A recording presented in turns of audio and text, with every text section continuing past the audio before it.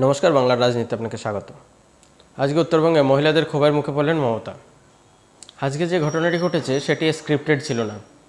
Scripted থাকলে ক্ষোভের মুখেও পড়তেন না, আর ওদের মধ্যে ভিড়ের মধ্যে থেকে কিছু কিছু মহিলা হঠাৎ করে হাতে উত্তরীয় পেয়ে যেতেন, উত্তরীয় পরিয়ে দিতেন মমতাকে।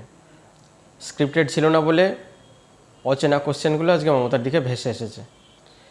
মমতা ব্যানার্জি আজকে হঠাৎ করে গাড়িতে যেতে যেতে মনে হলো আজকে একটু কোথাও নেমে একটু জনসংযোগ করি। তো সেই বুঝে কয়েকজন মহিলাকে দেখে উনি গাড়ি থামিয়ে গাড়ি থেকে নেমে মহিলাদের মধ্যে গিয়ে কথা বলা শুরু করছিলেন, জনসংযোগ শুরু করছিলেন।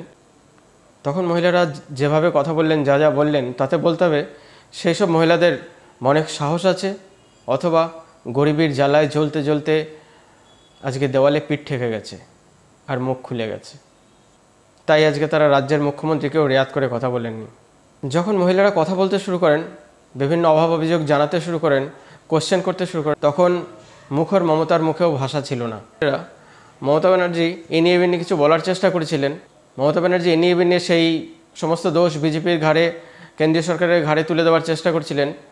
কিন্তু মহিলারা যখন কাউন্টার কোশ্চেন করেন, সমস্ত কিছু ঝড়ের মতন উড়ে যায়।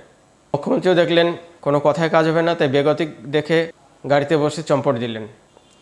এরকম ঘটনা পুনঃ পুনঃ সংঘটিত হওয়া দরকার।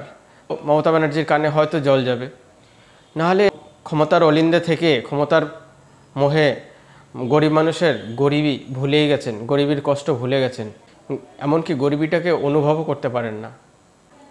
আজকে মহিলাদের অভিযোগ ছিল তাদের রাস্তা, তাদের কাঁচা বাড়ি, তাদের নলের কলে জল নেই।